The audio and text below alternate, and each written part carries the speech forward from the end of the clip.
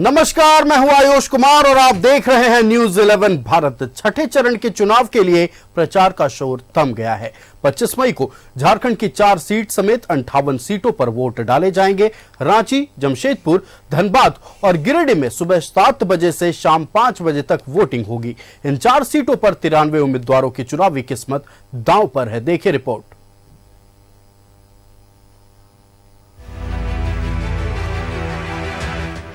छठे चरण के लिए थमा प्रचार का शोर। 25 मई को 58 सीटों पर डाले जाएंगे वोट।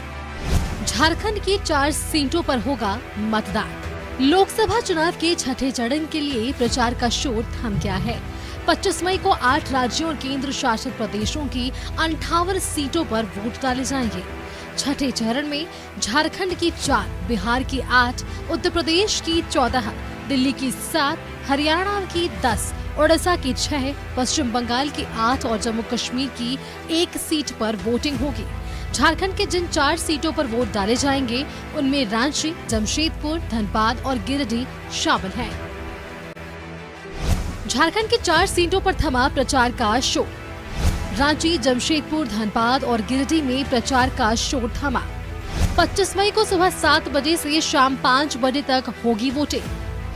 4 सीटों पर दांव पर 93 उम्मीदवारों की चुनावी किस्मत। रांची में बीजेपी के संजय सेठ और कांग्रेस की यशस्विनी सहाय में मुकाबला।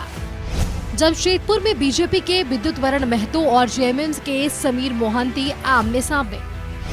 धनबाद में बीजेपी के ढुल्लू महतो और कांग्रेस की अनुपमा सिंह में टक्कर। गिरिडीह में आजसू के चंद्रप्रकाश चौधरी और जेएमएम के मथुरा महतो में मुकाबला। 2019 में धनबाद, रांची और जमशेदपुर में खिला था कमल। 2019 में गिरिडीह लोकसभा सीट पर आजसू ने दर्ज की थी जीत। छठे चरण के चुनाव प्रचार के आखिरी दिन तमाम दलों ने पूरी ताकत झोंकी। जमशेदपुर के छत्तीसगढ़ के मुख्यमंत्री विष्णुदेव साय ने बीजेपी प्रत्याशी विद्युत वरण महतो के समर्थन में रोड शो किया, जबकि कल्पना सोरेन ने घाटशिला के सर्कस मैदान में जेएमएम उम्मीदवार समीर मोहंती के पक्ष में चुनावी सभा की। वहीं गिरिडीह के डुमरी में सुदेश महतो ने आजसू प्रत्याशी चंद्रप्रकाश चौधरी के समर्थन में रोड शो किया, जबकि झरिया में बीजेपी नेता रागिनी सिंह ने ढुल्लू महतो के पक्ष में बाइक रैली निकाली। अब प्रचार का शोर थमने के बाद प्रत्याशी डोर टू डोर कैंपेन में जुट गए हैं। Bureau report, news 11 Bharat.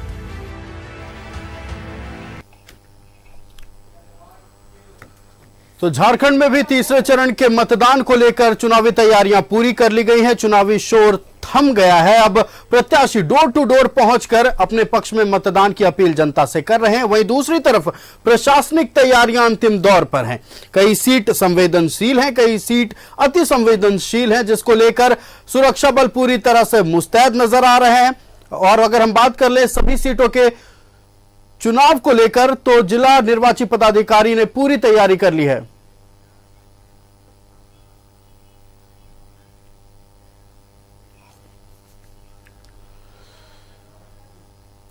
तो अब 25 मई को मतदान होना है और फैसला 4 जून को आएगा, लेकिन तैयारियां पूरी कर ली गई हैं। चुनावी शोर थम गया है, प्रत्याशी डोर टू डोर पहुंच रहे हैं। प्रशासनिक तैयारियां अंतिम चरण पर है और इन्हीं तैयारियों के बारे में जानकारी देने के लिए हमारे साथ 3 संवाददाता जुड़ चुके हैं। धनबाद से हमारे साथ अभिषेक जुड़ चुके हैं, जमशेदपुर से हमारी संवाददाता भावना जुड़ चुकी है और रांची से हमारे संवाददाता सत्यव्रत किरण जुड़ चुके हैं। सबसे पहले हम रुख करेंगे सत्यव्रत किरण का। सत्यव्रत, देखिए, सबसे पहली बात कि अब चुनावी शोर थम गया है, प्रत्याशी डोर टू डोर पहुंच रहे हैं, प्रशासनिक तैयारियां अंतिम चरण पर है। आप बताएं, रांची लोकसभा सीट की चुनाव को लेकर, मतदान को लेकर प्रशासन की ओर से क्या मुकम्मल तैयारी की गई है? देखिए, बिल्कुल सही कहा आपने आयुष की चुनावी शोरगुल जो है वो थम गया है और अब तक प्रत्याशी पार्टियों के द्वारा जनता जनार्दन और मतदाताओं से कई वायदे किए गए, कई दावे किए गए, लेकिन अब उन दावों का समय खत्म हुआ और अब समय है जनता जनार्दन के सोचने का, एनालिसिस करने का। अब जनता सोचेगी कि कौन प्रत्याशी, कौन सा पार्टी उनके लिए, उनके संसदीय क्षेत्र के लिए और देश के लिए बेहतर होगा। अब से कुछ घंटे बाद जो प्रत्याशी है वो अभी भी जो है वो डोर टू डोर कैंपेनिंग कर रहे हैं। यानी कि अभी भी प्रत्याशी जो है वो लोगों के पास घर घर जाकर उनसे वोट की अपील कर रहे हैं, लेकिन प्रचार प्रसार का जो शोरगुल था वो थम गया है। जनता के सोचने का वक्त है और जनता अब से कुछ घंटे बाद ईवीएम के माध्यम से अपना जनादेश देगी। और अब चूंकि आपको पता है कि चुनाव में प्रत्याशियों के लिए हर मिनट जो है वो महत्वपूर्ण होता है, और वैसे में अब प्रत्याशियों के लिए महत्वपूर्ण समय है कि कैसे बूथ मैनेजमेंट किया जाए। आपको पता है कि मतदान केंद्रों पर अलग अलग पार्टी और प्रत्याशियों के जो है वो पोलिंग एजेंट होते हैं, और निष्पक्ष चुनाव कराने, सफल चुनाव कराने, बेहतर मतदान में जो है वो पोलिंग पार्टी एजेंट की महत्वपूर्ण भूमिका होती है। तो फिलहाल अब प्रत्याशी बूथ मैनेजमेंट की तैयारियों में जुट गए हैं। जनता सोच रही है कि किन्हें वोट किया जाए, और जिला प्रशासन, जिला निर्वाचन पदाधिकारी कैसे मतदान की प्रक्रिया को सफल तरीके से आयोजित किया जाए, उसे लेकर चुनाव की, मतदान की तैयारियों में जुट गए हैं। क्लस्टर का निर्माण किया जा रहा है। अलग अलग मतदान केंद्रों पर मतदाताओं को किसी भी तरह की कोई असुविधा नहीं हो, उसे लेकर जो भी मूलभूत आवश्यकताएं हैं उसकी तैयारी की जा रही है। पोलिंग पार्टी यानी कि मतदान कर्मियों को उनके निर्धारित मतदान केंद्र के लिए जो है वो तैयार किया जा रहा है, ताकि एक स्वच्छ वातावरण में निष्पक्ष और शांतिपूर्वक तरीके से मतदान हो। तो पार्टी और प्रत्याशियों के दावे वायदों का समय खत्म हो गया, और अब जनता जनार्दन के सोचने का वक्त समय हुआ है, जब जो जनादेश है वो मतदाता जो है वो ईवीएम के माध्यम से अब से कुछ घंटे बाद देंगे। आयुष जी बिल्कुल सत्यव्रत, तो आपने तमाम जानकारियां दर्शकों से साझा की। हमारे संवाददाता अभिषेक भी जुड़ चुके हैं धनबाद से, हम सबसे पहले रुक करेंगे अभिषेक। देखिए, चुनावी तैयारियों को लेकर लगातार न्यूज 11 भारत अपने दर्शकों तक तमाम जानकारी पहुंचा रहा है, लेकिन आपके पास विशेष जानकारी होगी। आपने जिला निर्वाचन पदाधिकारी से बातचीत की, एसएसपी से बातचीत की, चुनाव को लेकर, इस लोकतंत्र के महापर्व को सफल बनाने को लेकर जिला निर्वाचन पदाधिकारी ने क्या कहा है और एसएसपी ने क्या कहा है, वो भी दर्शकों से साझा करें। बिल्कुल आयुष, एक बहुत गंभीर मुद्दा इसको आप कह सकते हैं कि आज धनबाद की जो डीसी है माधवी मिश्रा, उनसे मेरी बातचीत हुई और उन्होंने बड़े सरल तरीके से कहा। मैं जब पहुंचा, डिस्पैच जहां से हो रहा था, फोर्स का डेपुटेशन किया जा रहा था, जब मैं उस जगह पर पहुंचा और मैंने डीसी माधवी मिश्रा से बात की तो उन्होंने कहा कि इस चुनाव में इस बार धनबाद में कम से कम धन बल और बाहुबल की कोई जगह नहीं है, लोकतंत्र में इसकी कोई जगह नहीं होती है। ये एक बहुत बड़ी बात होती है। उन्होंने कहा कि जिला प्रशासन पूरी तरीके से सशक्त है और अपनी तैयारी पूरी कर चुका है। हर मतदान केंद्र तक हर सुविधाजनक चीजें पहुंचाई जा रही हैं, फोर्स का डेपुटेशन किया जा रहा है। साथ ही साथ ये भी बताया उन्होंने कि 200 करोड़ रुपयों से ऊपर जब्त किया है जिला प्रशासन ने। और ये बातचीत जब हमने की, हमने उनसे ये सवाल भी पूछा कि धनबाद के चुनाव को कितनी बड़ी चुनौती के तौर पर आप देखती हैं, तो उन्होंने कहा कि निश्चित तौर पर चुनौती है धनबाद के लिए। धनबाद कोयलांचल की राजधानी है, निश्चित तौर पर चुनौती है, लेकिन जिला प्रशासन सक्षम है और जिला प्रशासन इस पर लगाम लगाने की पूरी कोशिश कर रहा है और ये पूरा प्रयास होगा कि शांतिपूर्ण मतदान हो। वहीं इसके बाद जब मैंने धनबाद के एसएसपी हरदीप जनार्दन साहब से बात की तो जनार्दन साहब ने बड़े स्पष्ट तौर पर कहा, मैंने उनसे सवाल, एक बड़ा छोटा सा सवाल पूछा कि गैंग्स ऑफ वासेपुर एक सिनेमा भी बन गया है, गैंग्स ऑफ वासेपुर पे एक पिक्चर भी बन गई है, काफी चर्चित है लोगों पर, अब तो नेटफ्लिक्स वगैरह पर भी आ गए, लोग देखते हैं। तो धनबाद का एक अलग नैरेटिव सेट हो जाता है कि धनबाद अपराधियों के गढ़ में है, धनबाद अपराधियों के कब्जे में है, धनबाद अपराध मुक्त कैसे होगा, तरह तरह की बातें आती है। जनार्दन साहब ने बड़े सपाट लहजे में ये कहा कि गैंग्स ऑफ वासेपुर देखकर दर्शकों को अपने मन में नैरेटिव नहीं सेट करना चाहिए। गैंग्स ऑफ वासेपुर एक गैंग वहां कभी हुआ करता था, एक अपराध का जमावड़ा था। वासेपुर एक जगह है जो धनबाद का अंग है और धनबाद से वासेपुर ने कई आईएएस, कई आईपीएस, कई बड़े अधिकारियों पदाधिकारियों को दिया है। साथ ही साथ इस बार जो धनबाद के टॉपर है, जो बच्चा धनबाद का टॉपर बना है, वो भी वासेपुर का है। उन्होंने फोर्स के संबंध में बताते हुए कहा कि करीब 2300 से ज्यादा फोर्स हैं और हर फोर्स पर डेपुटेशन, हर बूथ पर डेपुटेशन की जा रही है। 2300 से ज्यादा बूथ है, माफ कीजिएगा, और हर बूथ पर पुलिस की डेपुटेशन की जा रही है, सीआरपीएफ की डेपुटेशन की जा रही है और तमाम तरीके की जो सुरक्षात्मक पहलू होते हैं उनका ध्यान में रखा जा रहा है। उनको ध्यान में रखते हुए सारी तैयारियां पूरी की गई हैं और धनबाद का चुनाव इस बार बिल्कुल शांतिपूर्ण होगा। 6 विधानसभा क्षेत्र आते हैं, जिनमें 4 धनबाद लोकसभा क्षेत्र के अंतर्गत आते हैं और 2 बोकारो के चले जाते हैं, लेकिन धनबाद लोकसभा क्षेत्र के, लेकिन डिस्ट्रिक्ट बोकारो पड़ जाता है। तो धनबाद एसएसपी की पूरी तैयारी है। जो 4 विधानसभा क्षेत्र हैं उनमें पूरी तरीके से तैयारी पूरी कर ली गई है। चुनाव संपन्न होंगे। कल 25 मई को चुनाव है। आज 5 बजे प्रचार का शोर थम चुका है और ये एक बढ़िया, आप कह सकते हैं कि इसको एक बढ़िया बात है कि 25 मई को चुनाव होने आज तक जो प्रचार हुआ, कहीं से किसी तरीके की अप्रिय घटना सामने नहीं आई। एक दूसरे पर आरोप प्रत्यारोप लगते रहे और धनबाद की राजनीति, धनबाद की का धरातल बड़ा गर्म माना जाता है क्योंकि कोयलांचल है। आयुष, तो आप समझ सकते हैं कि कोयलांचल धन का बहुत बड़ा स्रोत होता है। कहीं ना कहीं इकोनॉमिक को दुरुस्त करने के लिए, आर्थिक दृष्टि से भी अगर देखें तो रीढ़ की हड्डी होती है।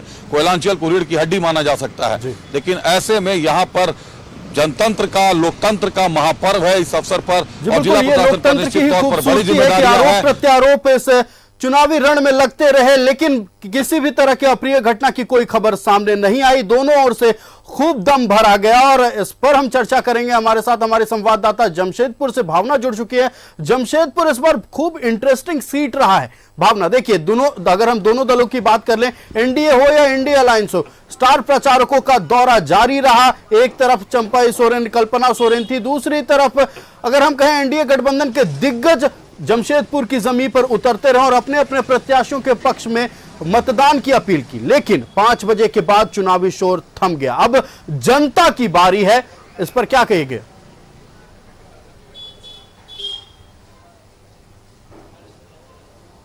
बिल्कुल, मैं आपको बता दूं कि इस वक्त मैं जमशेदपुर लोकसभा क्षेत्र में मौजूद हूं और लगभग चाहे पोटका हो, घाटशिला हो, जमशेदपुर पूर्वी की बात हो, बहरागोड़ा विधानसभा की बात हो या फिर जहां इस वक्त मैं मौजूद हूं जमशेदपुर पूर्वी, जहां पर हम ग्राउंड जीरो की रिपोर्ट कवर कर चुके हैं। हम बहरागोड़ा से भी ग्राउंड जीरो की कवर जो है रिपोर्ट करके आ चुके हैं। हम पोटका भी पहुंचे, घाटशिला भी पहुंचे।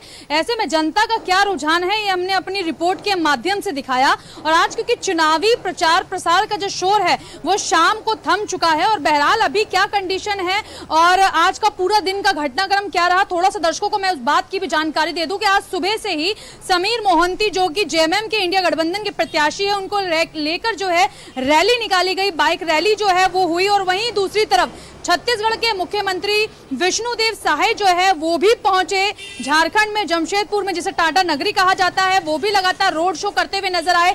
इससे पहले की जो तस्वीरें हमने अपने दर्शकों को दिखाई कि वो मीडिया को संबोधित करते हुए नजर आए, उन्होंने ये भी बताया कि 400 पार का नारा प्रधानमंत्री मोदी का किस तरीके से सफल होगा। लेकिन अगर वहीं आप दूसरी तस्वीर देखेंगे तो कल झारखंड के मुख्यमंत्री का जब हमने साक्षात्कार किया, जब मैंने इंटरव्यू लिया उनसे, जब मैंने कई तरीके के सवाल पूछे, तो उनका ये कहना था कि इस समय क्योंकि प्रचार प्रसार चल रहा है, ऐसे में जब प्रचार प्रसार होता है तो कई बार देखा जाता है कि आरोप और प्रत्यारोप लगते हैं, लेकिन हमारे लिए इन सब से ऊपर उठकर जो जरूरी है वो यही है कि हम जनता के बीच में कैसे पैठ बना रहे हैं और हमारे कार्यकाल को लेकर, हमारे कार्यक्रमों को लेकर, हमारी योजनाओं को लेकर क्या वो तमाम चीजें धरातल पर उतरती हुई नजर आई है या नहीं। वहीं दूसरी तरफ विष्णुदेव साय का रोड शो होना, रोड शो होने से पहले प्रेस कॉन्फ्रेंस होना, लगातार बीजेपी के स्टार प्रचारकों का जमशेदपुर आना और इससे ज्यादा जो सबसे जरूरी बात है कि देश के प्रधानमंत्री नरेंद्र मोदी खुद जमशेदपुर आ रहे हैं और जनसभा को संबोधित कर रहे हैं। पूरे झारखंड में 14 लोकसभा सीट है। पिछली बार का समीकरण अगर आप देखें 2019 का, तो इसको भी भूला नहीं जा सकता किस तरीके से 12 सीटों पर बीजेपी ने अपनी पैठ जमाई थी। और वहीं सिंहभूम लोकसभा क्षेत्र में जब गीता कोड़ा कांग्रेस छोड़ बीजेपी में शामिल होती है तो एक तरीके से देखा जाए तो वो 13वीं सीट भी बीजेपी के नाम हो गई। लेकिन अब क्या समीकरण बन रहा है, जनता क्या कह रही है, वो ग्राउंड जीरो की रिपोर्ट के माध्यम से हम बता चुके हैं। लेकिन क्योंकि मात्र 2 दिन बाकी रह गए हैं, अब 2 दिन भी मत कहिए, आप ये कहिए कि मात्र 24 घंटे का वो समय बाकी रह गया है जब नेताओं की अग्नि परीक्षा शुरू हो रही है। क्योंकि अगर जनता के बीच में उन्होंने कामकाज किया होगा तो यही जनता उनको सराखों पर जरूर बिठाएगी, लेकिन अगर वो कामकाज उन्होंने नहीं किया तो यही जनता सलाखों से भी उतारने में भरोसा रखती है। और उसका माध्यम क्या है? मात्र उसका माध्यम है वो एक वोट जो कि रोजगार देता है, वो एक वोट जो कि शिक्षा की बात करता है, वो एक वोट जो आपको स्वास्थ्य सुविधाएं देता है, वो एक वोट जो आपका तख्ता पलट करने के लिए काफी है, वो एक वोट ये कहिए कि जिस तरीके से बूंद बूंद से घड़ा भरता है, वो एक वोट की कीमत वही है जो नेता बहुत अच्छे से समझते हैं जब चुनाव आता है। लेकिन यही जनता सवाल पूछती है कि जब 5 साल हो जाते हैं, उस 5 साल में जब नेता चुनाव जीत कर चले जाते हैं तो क्या क्षेत्र में आते हैं या नहीं, क्या नेताओं की मुंह दिखाई होती है या नहीं। हमने अपने शो के माध्यम से जनता से इन्हीं सवालों के जवाब मांगे। और मैं आपको बता दूं कि जितने भी शो हम लगातार कर रहे हैं, कई बार देखा गया है कि 80% उसका रिजल्ट जो है वो सकारात्मक निकल कर आता है। यानी कि आप ये मान लीजिए कि न्यूज 11 भारत के ग्राउंड जीरो के प्रोग्राम में जितनी सच्चाई है वही सच्चाई वोटों में भी तब्दील होते हुए नजर आ सकती है। जो लोग हमारा शो देख चुके हैं, चाहे वो पोटका हो, चाहे वो घाटशिला हो, चाहे वो बहरागोड़ा हो, चाहे वो जमशेदपुर पूर्वी हो, या फिर जो मेन जमशेदपुर टाउन जहां पर मैं इस वक्त मौजूद हूँ, जिसे टाटा नगरी कहा जाता है, जिसके लिए कहा जाता है कि यहाँ पर 2 तरीके के कानून चलते हैं। एक वो कानून जो कि टाटा साहब का कानून है, एक वो कानून जो कि लोकतंत्र का कानून है। ऐसे में ये लोग सवाल पूछ रहे हैं, मजदूर वर्ग का व्यक्ति हो, चाहे देश की आधी आबादी हो, या 18 साल की वो लड़की या फिर वो बालक जो कि एज में इस किशोर एज से निकल के जो है युवा अवस्था में एंट्री कर चुका है, वो ये पूछ रहे हैं कि हमारा रोजगार कहाँ है, हमारी शिक्षा कहाँ है, हमारा विकास कहाँ है, पिछले 10 सालों में आखिर देश को क्या मिला।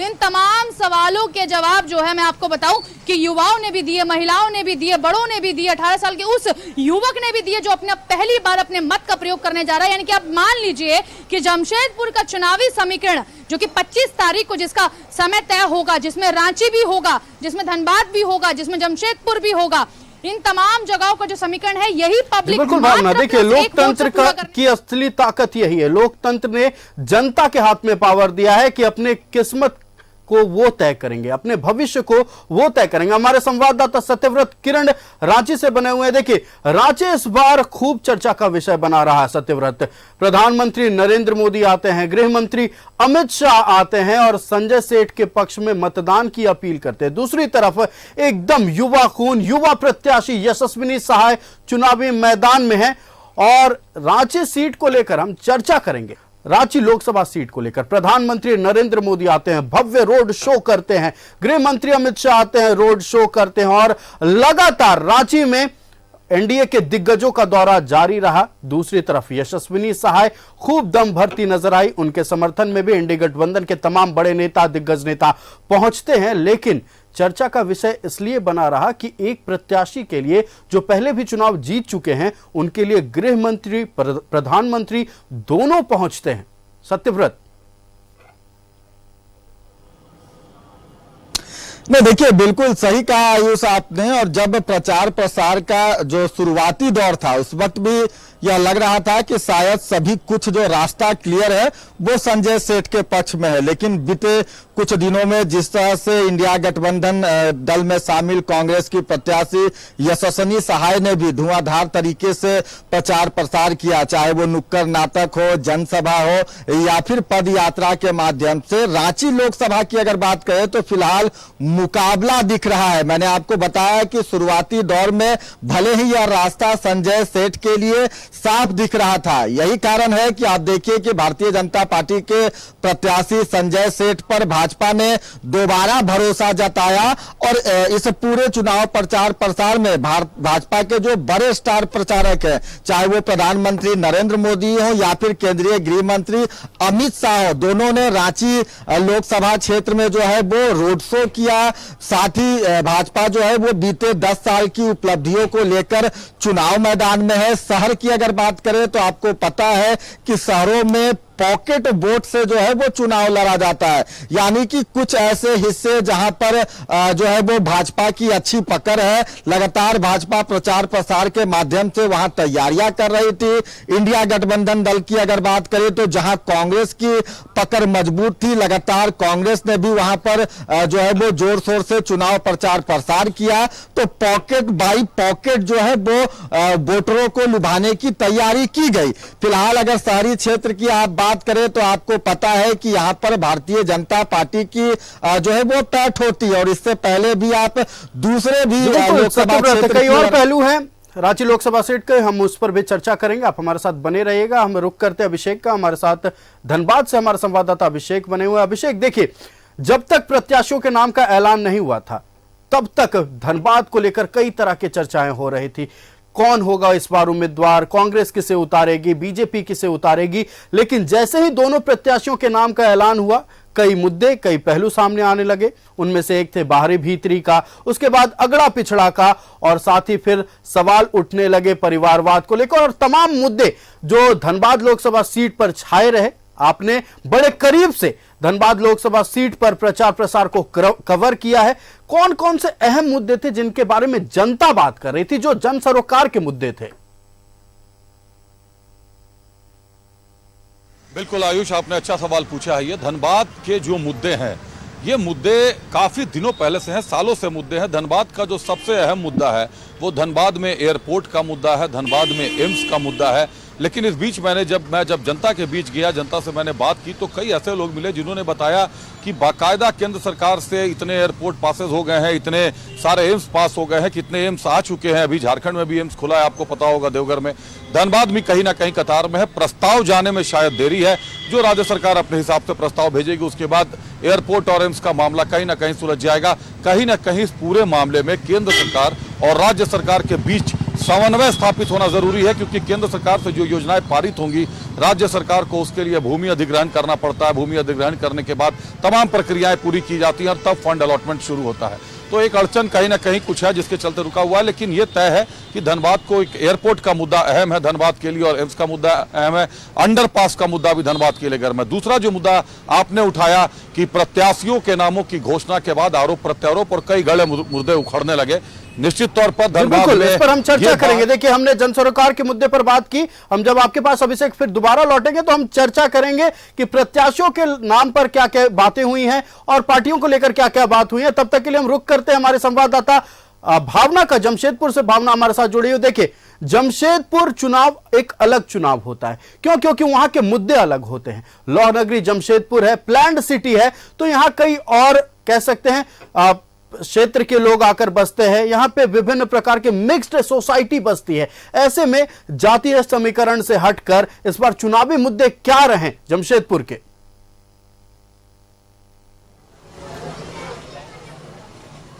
देखिए, मैं आपको बता दूं, अगर आप जमशेदपुर की बात कर रहे हैं और आप कह रहे हैं कि ये एक ऐसी नगरी है जिसे टाटा नगर कहा जाता है और यहाँ पर दो कानून चलते हैं, तो थोड़ा सा समझना पड़ेगा, झारखंड के हमारे बाकी दर्शकों को समझना पड़ेगा कि जमशेदपुर भी रोजगार की मांग कर सकता है।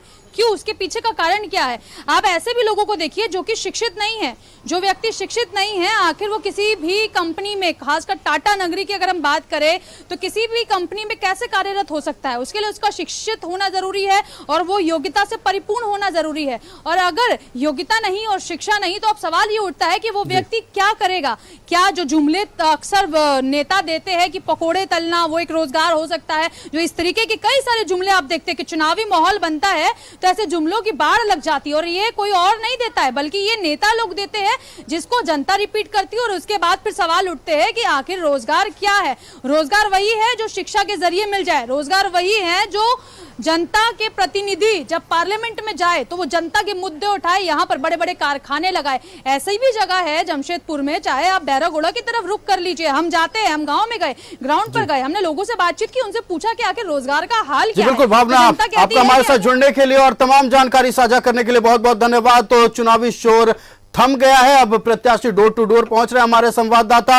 इस बार किस्मत का फैसला 93 उम्मीदवारों का होने वाला है। इस बार कई कह सकते हैं दिग्गज नेताओं के साख दांव पर लगी हुई है। और इस पर चर्चा करने के लिए हमारे साथ राजेश, हमारे संवाददाता रांची लोकसभा क्षेत्र से जुड़ चुके हैं, हमारे संवाददाता अजय लाल धनबाद से जुड़ चुके हैं, और गिरिडीह से हमारे संवाददाता श्रीकांत जुड़ चुके हैं। सबसे पहले रुक करेंगे अपने संवाददाता राजेश का, जो कि रांची लोकसभा सीट से है।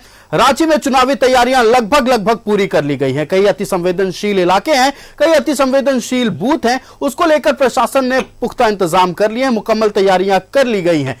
आप बताएं, प्रशासनिक तैयारियां अब अंतिम चरण पर है। राजेश, क्या क्या सुविधा मतदाताओं को मतदान केंद्रों पर मिलने वाले हैं और क्या मतदान कर्मी अब धीरे धीरे रवाना होने शुरू हो चुके हैं?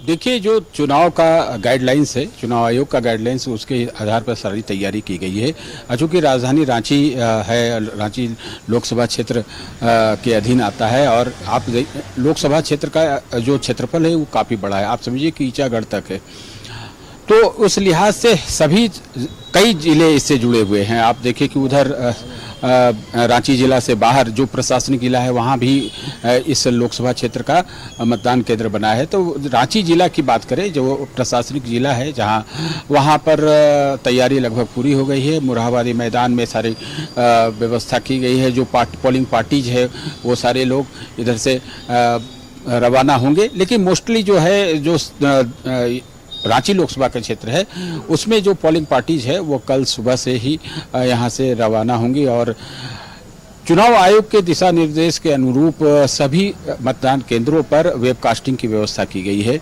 और वेबकास्टिंग के माध्यम से ये चीज़ें देखी जाएंगी कि कहीं कोई मतदान में कहीं गड़बड़ी तो नहीं हो रही है। आप देखे हो कि अभी तक जितने भी मतदान हुए हैं, चाहे झारखंड की बात करें या दूसरे राज्यों की बात करें, वेबकास्टिंग 100% कवरेज की वजह से इसका बड़ा अच्छा परिणाम हुआ है कि जो शरारती तत्व है वो किसी प्रकार की गड़बड़ी नहीं कर पाए। वैसे सुरक्षा बल भी पर्याप्त मात्रा में है। जो क्रिटिकल बूथ्स है, जिसे हम संवेदनशील बूथ्स कहते हैं, वहाँ पर CPMF लगाए गए हैं, यानी पारामिलिट्री फोर्स जो है वो लगाए गए हैं। कुछ अन्य जो थोड़ा सा कम संवेदनशील मतदान केंद्र है, वहाँ पर राज्य की पुलिस है, दूसरे राज्यों की पुलिस भी आई हुई है, उनका डिप्लॉयमेंट किया गया है। बहुत ही तरीके से जो मतदाता हैं मतदान केंद्रों पर सुबह से पहुंचने शुरू हो गए हैं। जो चुनाव आयोग का अनुभव है कि 6 बजे के ऑनवर्ड्स वहां पर मतदाता लाइन लगाकर अपनी बारी का इंतजार करने लगे हैं। तो जो अनुभव मिले हैं उसके आधार पर कई चीज़ें बहुत ही लॉजिकल तरीके से तैयारी की गई है। मतदान केंद्रों पर चूँकि धूप भी रहती है, इसलिए शेड्स के इंतजाम किए गए हैं, पेयजल की व्यवस्था की गई है। जो दिव्यांग मतदाता हैं उनके लिए व्हील चेयर के इंतजाम किए गए हैं। आपने देखा होगा कि 85+ जो बुजुर्ग मतदाता हैं उनको स्पेशल कैटेगरी में रखते हुए उन्हें मतदान पहले कराया जाता है। ये तमाम चीज़ें हैं, हर तरह की सुविधा उपलब्ध कराई गई है और निष्पक्ष और शांतिपूर्ण तरीके से चुनाव संपन्न होगा। ये इस चरण में जहां 4 लोकसभा क्षेत्रों में मतदान डाले जाने हैं 25 मई को, सारी तैयारियां लगभग पूरी हो गई है। रांची लोकसभा क्षेत्र में भी तैयारी सारी तैयारियां पूरी हो गई है। राजनीतिक पहलुओं पर जब आपके पास दोबारा लौटेंगे तो चर्चा करेंगे राजेश। उसके बाद हम रुक करते हैं अजय लाल का। अजय लाल हमारे संवाददाता धनबाद से बने हुए हैं।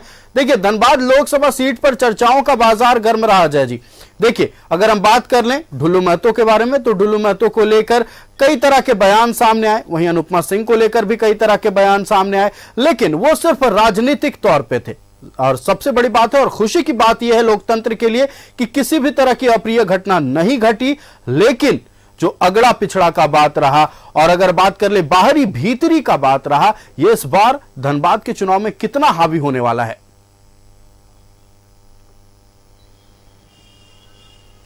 देखिए, सबसे अहम बात यह है कि शाम 5 बजे के बाद से आयुष चुनाव प्रचार कार्य थम गया। कई प्रकार की ऐसी आशंका थी कि हो सकता है चुनाव प्रचार के दौरान टकराव देखने को मिले, लेकिन सब कुछ शांतिपूर्वक रहा और शाम 5 बजे के बाद से अगला जो 36 घंटे का वक्त होगा वो क्रूशियल होगा तमाम कैंडिडेट्स के लिए। जो 36 घंटे को साधेगा वो चुनाव जीतेगा। इसके पीछे का मतलब यह है कि अब कैंडिडेट सीधे सीधे बूथ मैनेजमेंट पर अपना फोकस ज्यादा कर रहे हैं। कई बार पूरे धनबाद संसदीय क्षेत्र में 2500 से ज्यादा पोलिंग बूथ है और वोटरों की संख्या लगभग 23 लाख है सबसे ज्यादा। तो 2500 से ज्यादा बूथों का मैनेजमेंट ये बहुत अहम होता है।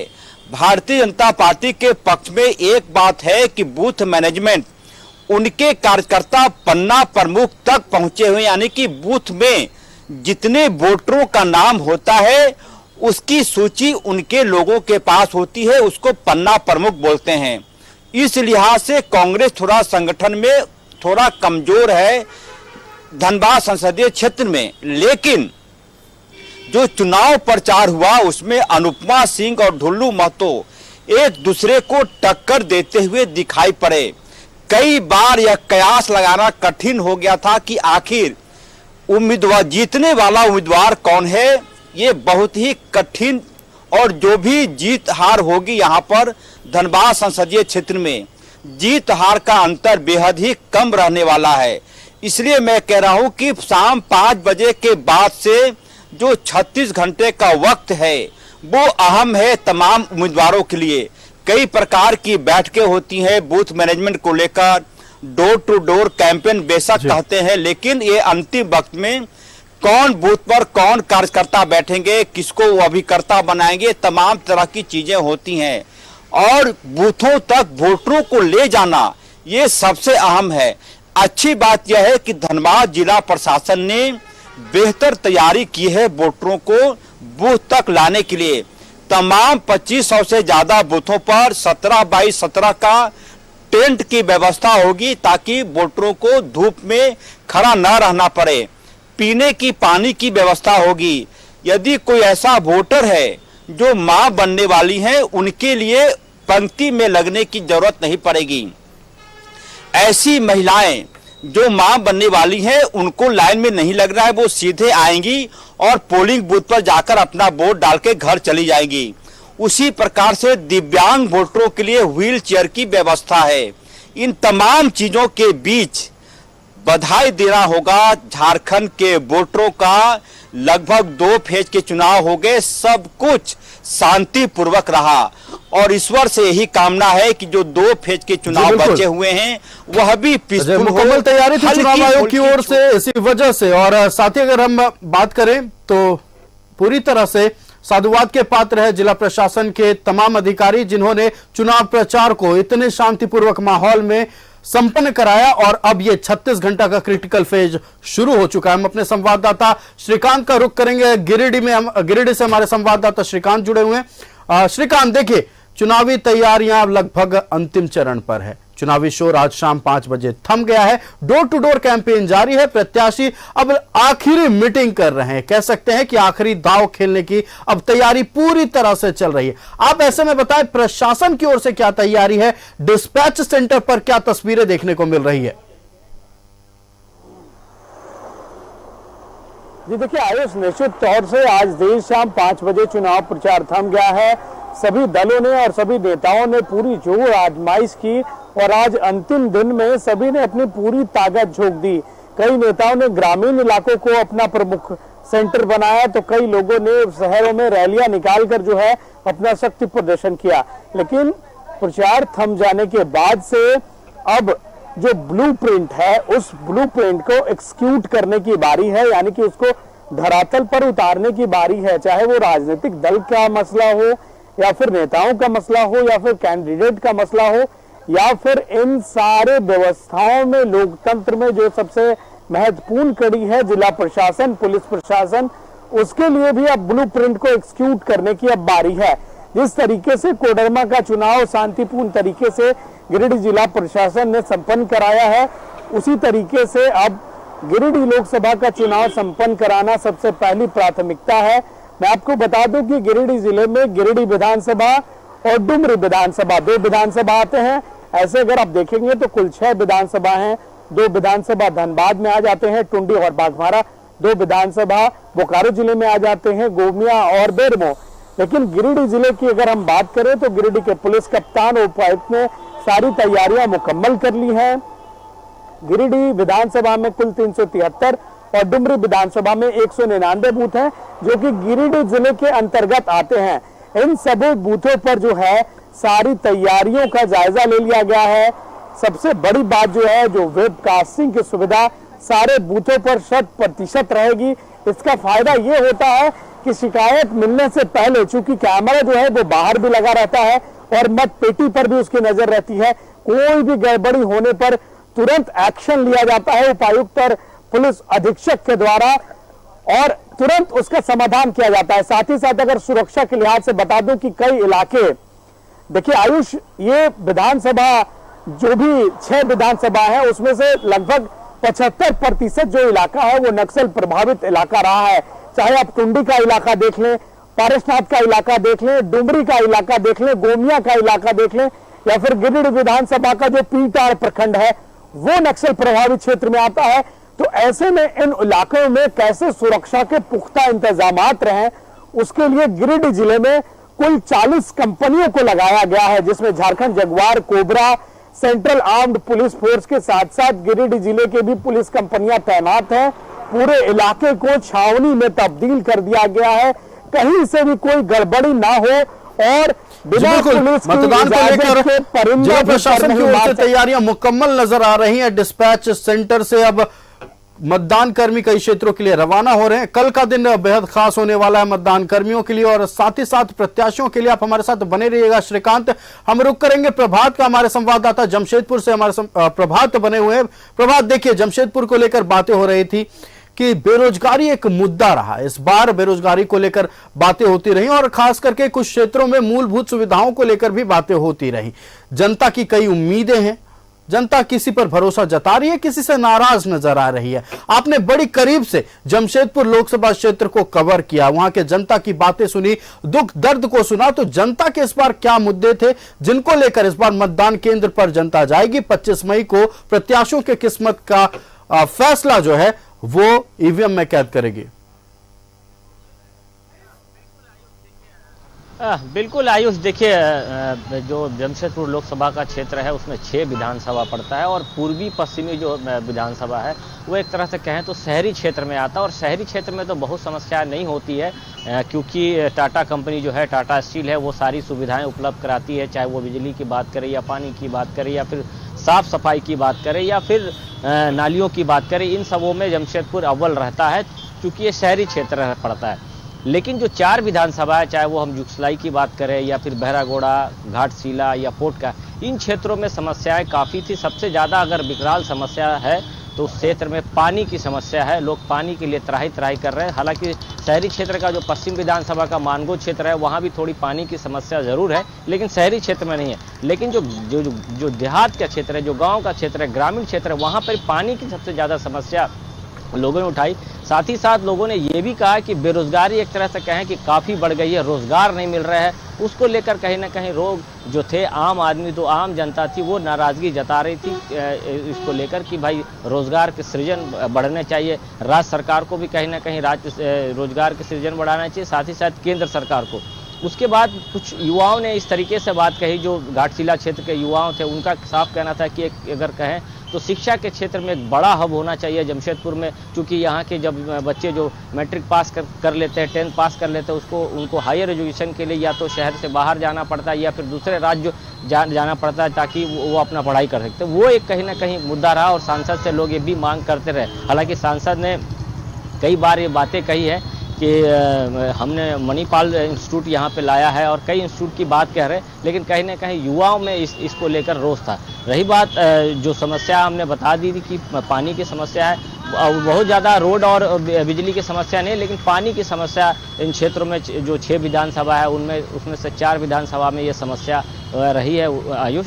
और कहीं ना कहीं हम कह सकते हैं कि जमशेदपुर का जो लोकसभा का जो क्षेत्र है, पहले तो हम नहीं कह सकते, लेकिन अगर पिछले 5-6 दिनों से अगर हम बात करें, जिस तरीके से दोनों प्रत्याशियों ने अंतिम वक्त में अपनी ताकत झोंक दी थी और कई सभाएं, कई रोड शो भी आज हुआ।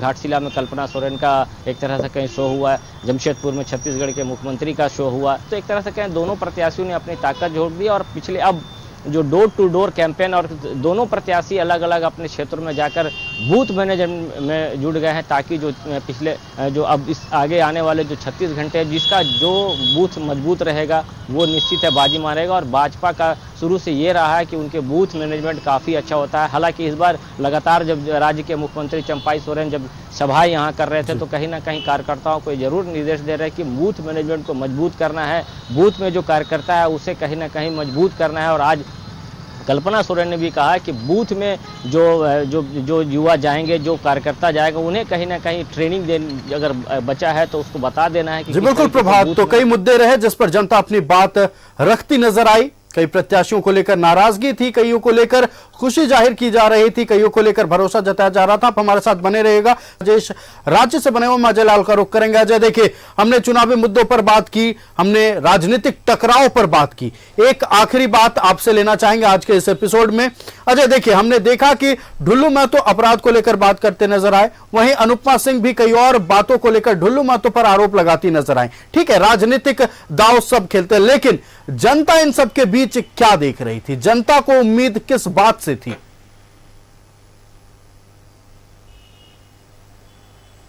देखिए आयुष, एक तो बात मानकर चलना होगा आपको कि इस चुनाव में यदि धनबाद संसदीय क्षेत्र में भारतीय जनता पार्टी के उम्मीदवार की आप चर्चा करेंगे तो यह मानकर चलिए कि उनको इस बात का फायदा हो रहा है कि वो यहाँ के विधायक रहे हैं। बाघमारा से धनबाद संसदीय क्षेत्र के तहत आता है।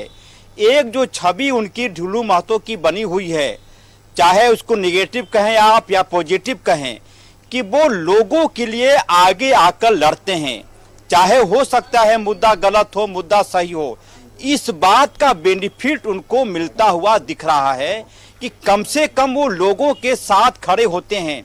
चर्चा हो रही थी कि उनके ऊपर 22 मुकदमा है, 23 मुकदमा है। हमने भी जानने की कोशिश की कि वजह क्या है। उन्होंने कहा कि जब जनता के लिए लड़ेंगे तो मुकदमे होंगे ही। दूसरी तरफ अनुपमा सिंह को फायदा यह मिलता हुआ दिख रहा है कि वो एक ऐसे परिवार से संबंध रखती हैं जो कि राजनीति में पहले से उनके ससुर जी स्वर्गीय राजेंद्र सिंह जी झारखंड के न सिर्फ विधायक बल्कि मंत्री रहे। उनके पति अनूप सिंह अभी विधायक हैं और कांग्रेस बहुत पुरानी पार्टी है, संस्कार वाली पार्टी है। भारतीय जनता पार्टी यदि विश्व की सबसे बड़ी पार्टी कहती है अपने आप को, तो यह मानकर चलना होगा कि कांग्रेस भी जी बिल्कुल अजय, टक्कर पुरानी दोनों प्रत्याशियों में कड़ा होने वाला है। 25 मई को जनता इनके भाग्य का फैसला ईवीएम में कैद करने वाली है। हम अपने संवाददाता प्रभात का रुख करेंगे विद्युत वरण महतो बनाम समीर मोहंती। हमने चुनावी मैदान में देखा कि दोनों के पक्ष में, दोनों खेमे से कई दिग्गज मैदान में उतरे और उनके लिए प्रचार प्रसार किया, उनके लिए वोट मांगा। वैसे में सवाल ये उठ रहा है कि आखिरकार टकराव किस मुद्दे को लेकर था और साथ ही साथ जनता किसके साथ नजर आ रही है। बिल्कुल आयुष, देखिए, पिछले अगर हम बात करें तो 10 दिनों से हम पूरे 6 विधानसभा में घूम रहे थे। जो जमशेदपुर का लोकसभा का क्षेत्र है, जो इंडिया गठबंधन के प्रत्याशी है समीर मोहंती ने कहीं ना कहीं ये आरोप लगाया कि केंद्र सरकार या फिर मोदी की गारंटी जो बातें कही जा रही थी पिछले 10 वर्षों से सांसद जमशेदपुर के सांसद है, तो वो जो काम होना चाहिए था वो काम नहीं कर पाए। कहीं ना कहीं उनके जो भी वादे थे वो पूरे नहीं हो पाए। खासकर जो खदानें बंद है घाटशिला का यूसीएल और जो माइंस है वो बंद है, उसको लेकर कहीं ना कहीं सवाल खड़ा कर रहे थे। वहीं अगर हम बात करें सांसद विद्युत वरण महतो ने कई ऐसी उपलब्धियां गिनाई। जो रोड की कनेक्टिविटी अगर हम बात करें, शहर गांव को जोड़ने वाली जो शहर की सड़कें थी उसे दुरुस्त किया है। कई ऐसे नए रेल ट्रेन जो है वो उन्होंने केंद्र सरकार से लेकर यहाँ पर चलवाया है। फ्लाईओवर का निर्माण कराया है। वो कई ऐसे मुद्दे हैं जो उन्होंने गिलाया। जो जुसलाई का हम लोग का जो जुसलाई विधानसभा का जो फ्लाईओवर है उसको लेकर उन्होंने भी बात कही कि कई ऐसे मुद्दे थे। उन्होंने अपने जनता के पास रखा और कहीं ना कहीं अपने पक्ष में मतदान करने की बात करें। सांसद पिछले 10 वर्षों से, अब सांसद का एक व्यवहार है कि बहुत मधुर बातें करते हैं, कहीं भी जाते हैं तो बहुत सलीके से बात करते हैं। अगर समीर मोहंती की बात करें तो समीर मोहंती थोड़ी सी एग्रेसिव जरूर है, उनका बोलने का तरीका थोड़ा एग्रेसिव है, लेकिन हम बोल सकते हैं कि जमशेदपुर की सीट पहले अगर आज से 5 दिन पहले की बात करती तो बिल्कुल प्रभात। तो जमशेदपुर के भी मुद्दों पर हमने चर्चा की, राजनीतिक पहलुओं पर हमने चर्चा की। एक आखिरी बात राजेश से लेना चाहेंगे। राजेश हमारे साथ संवाददाता रांची लोकसभा क्षेत्र से जुड़े हुए हैं। राजेश, देखिए, कई दिग्गजों के चेहरे को लेकर बातें हो रही थी। फैक्टर दिग्गज के चेहरे भी थे और फैक्टर युवा चेहरा भी था। फिलहाल आपका हमारे साथ जुड़ने के लिए राजेश बहुत बहुत धन्यवाद। हमारे संवाददाता प्रभात हमारे साथ जमशेदपुर से बने हुए थे, हम उनका भी धन्यवाद करेंगे। हमारे संवाददाता अजय लाल धनबाद से बने हुए थे, हम उनका धन्यवाद करेंगे। आखिरी 36 घंटे